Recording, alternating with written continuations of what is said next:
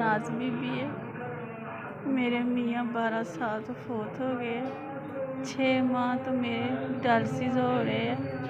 मेरे गुर्दे फेल हो गए ते मेरे को गुर्दे वाश कराने दे पैसे नहीं हुंदे।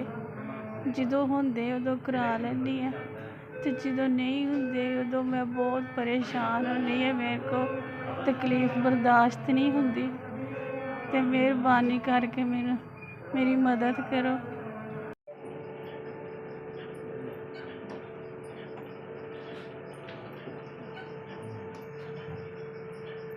अस्सलामुअलैकुम भाई, मेरी परेशानी मजबूरी दूर कर दी है।